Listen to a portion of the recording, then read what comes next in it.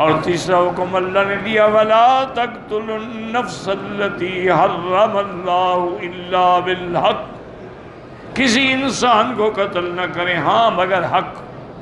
حق کا کیا بنا کہ قصاص میں قتل کیا جائے، اگر قتل کرے گا تو قتل ہوگا، یا اسلام سے نکل کے مرتد ہو جائے اس کی سزا بھی قتل ہے، یا شادی شدہ مرد عورت نے زنا کیا تو ان کی سزا بھی رجم اور قتل ہے۔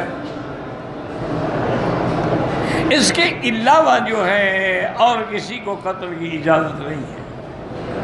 اور یہ بھی ایسے حالات ہیں کہ اگر پیش آئیں تو حکومت وقت فیصلہ کرے، ہر بندہ خود نہ فیصلہ کرے۔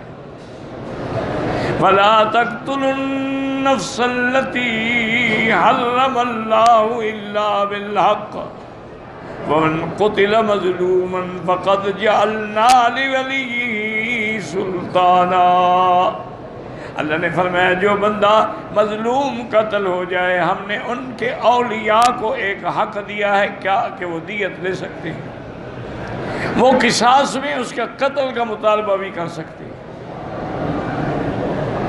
اور اس کے بعد یہ بھی فرمایا فَلَا يُسْرِفْ فِي الْقَتْلِ، اور قتل میں اسراف نہ کرو۔ کیا مانا کہ ٹکڑے ٹکڑے کرو، مسئلہ کرو، زبان کاٹ دو، آنکھیں نکال دو، تو یہ بھی ظلم ہے۔ إِنَّهُ كَانَ مَنْصُورًا،